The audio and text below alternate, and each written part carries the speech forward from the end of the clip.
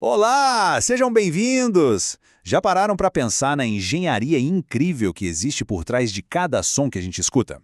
A nossa audição é tipo um sistema de alerta que funciona 24 horas por dia, sabe? E é a base da nossa comunicação. Hoje, a gente vai desvendar essa jornada fantástica que transforma uma vibraçãozinha no ar em música, em palavras e até em emoções dentro da nossa cabeça. Pois é, essa é a grande pergunta, né? Como é que uma onda de pressão no ar se converte numa experiência tão rica, tão complexa? A resposta, olha, envolve uma engenharia biológica que é de cair o queixo. É uma viagem que começa do lado de fora da nossa cabeça e termina lá nos cantinhos mais profundos do cérebro. Então, vamos seguir essa trilha juntos? Bom, e toda jornada tem um começo. A nossa começa aqui, com a parte mais visível do processo todo. Antes de mais nada, o som precisa ser pego, ser capturado do ambiente. E para isso, o nosso corpo tem uma ferramenta que foi desenhada perfeitamente para essa função: a orelha externa. O caminho todo do som pode ser resumido em 4 grandes etapas. Primeiro, a coleta, que é feita pela orelha externa. Logo depois, vem uma amplificação mecânica super engenhosa. Aí vem o passo que é, o mais crítico: a transdução, que é transformar a vibração em eletricidade. E por fim, a percepção, que é quando o cérebro finalmente dá sentido a tudo isso. Bora ver cada uma em detalhe? Essa estrutura que a gente chama de orelha, sabe, o pavilhão auricular, ela não está aí de enfeite, não. O formato dela, todo peculiar, cheio de curvas e dobras, funciona como uma antena acústica. Ela é otimizada para capturar os sons e, o que é muito importante, ajudar nosso cérebro a sacar de onde eles estão vindo. Só depois de tudo isso é que o som é enviado para o canal auditivo. Ok, uma vez que o som foi captado, ele viaja pelo canal auditivo e bate lá na orelha média. E aqui a missão é outra, é aumentar o volume. Essa pequena câmara de ar tem um dos sistemas de amplificação mais sofisticados da natureza. E isso é essencial para a próxima etapa da viagem. Os grandes protagonistas aqui da orelha média são os 3 menores ossinhos do corpo humano: o martelo, a bigorna e o estribo. Eles são ligados um no outro em sequência e formam uma cadeia que funciona como um sistema de alavancas de altíssima precisão. Tudo projetado para amplificar a força das vibrações que chegam do tímpano. Mas como é que essa amplificação funciona na prática? Bom, ela usa 3 truques de engenharia. Primeiro, o efeito de área. Pensa numa taxinha. A força que a gente faz na cabeça grande dela se concentra toda na ponta, que é fininha. Aqui é a mesma coisa. O tímpano é grande e a janela oval onde a força é aplicada é minúscula. Segundo, o efeito de alavanca, que multiplica a força, tipo usar um pé de cabra, sabe? E por último, o próprio formato do tímpano, que joga toda a energia para o centro. É pura física em ação para vencer um desafio enorme: levar a vibração do ar para dentro de um líquido. E o sistema é tão esperto que tem até um mecanismo de proteção. Sabe quando a gente ouve um barulho muito alto e de repente, tipo uma explosão, e a audição parece que fica meio abafada por um segundo? Então, é o reflexo estapediano em ação. Um músculo bem pequenininho se contrai, enrijece a cadeia de ossos e funciona como um amortecedor, protegendo as estruturas super delicadas da orelha interna. É sensacional. Bom, agora a gente chega no coração do sistema auditivo, a orelha interna. É aqui que a mágica de verdade acontece. A vibração mecânica, que já foi amplificada, está prestes a ser traduzida para a língua que o cérebro entende: a eletricidade. Apresento a vocês a cóclea, uma estrutura em forma de caracol que é basicamente o centro de processamento do nosso ouvido. Lá dentro dela, a vibração, que era mecânica, vira uma onda num fluido. É a transição final antes da conversão para o sinal que vai para o cérebro. E dentro da cóclea fica o órgão de corte. Pensa nele como se fosse o microfone do nosso corpo. É uma estrutura bem complexa que tem as verdadeiras estrelas do show, as células ciliadas. São elas que vão fazer a conversão final do movimento em sinal elétrico. E aqui, olha só que interessante. Existe uma divisão de trabalho. As células ciliadas externas, elas são tipo um sistema de ajuste fino.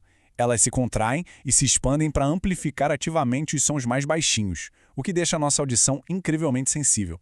Já as células internas são as transmissoras. Elas pegam essa vibração já refinada e convertem num sinal elétrico que vai ser mandado para o cérebro. É um trabalho em equipe perfeito.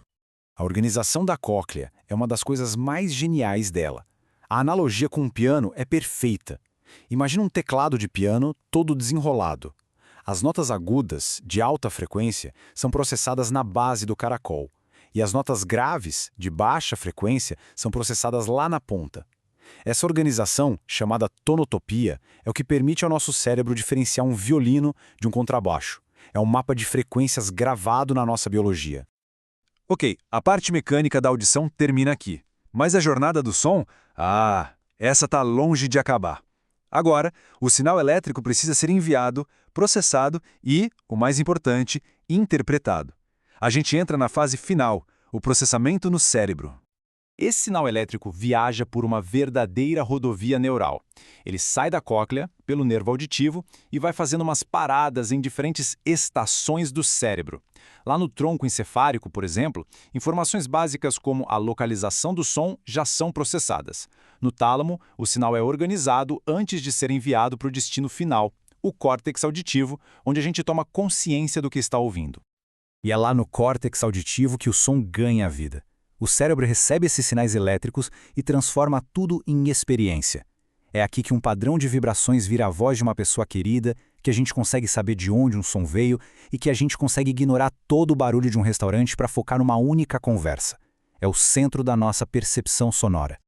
Então vamos recapitular a viagem toda bem rapidinho. O som é capturado pela orelha externa, depois é amplificado mecanicamente na orelha média.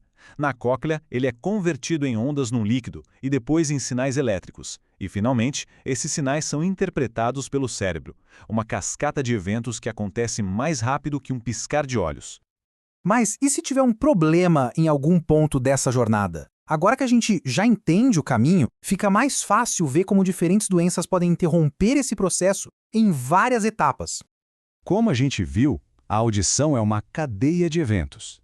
Uma falha em qualquer um desses elos pode comprometer o sistema todo. Os problemas podem aparecer na orelha externa, na média, na interna ou até mesmo no nervo que leva a informação. Vamos ver alguns exemplos bem comuns.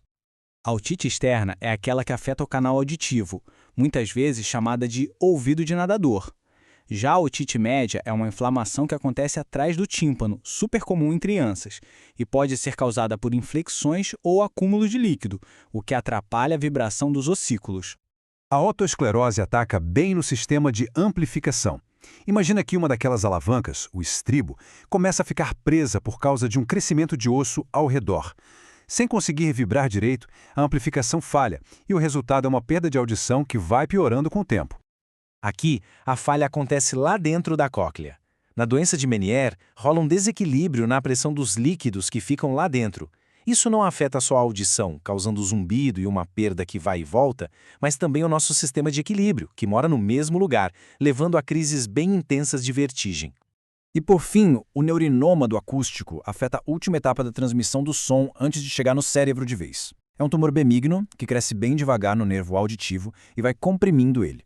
Os sintomas geralmente incluem perda auditiva em um lado só, zumbido e também problemas de equilíbrio.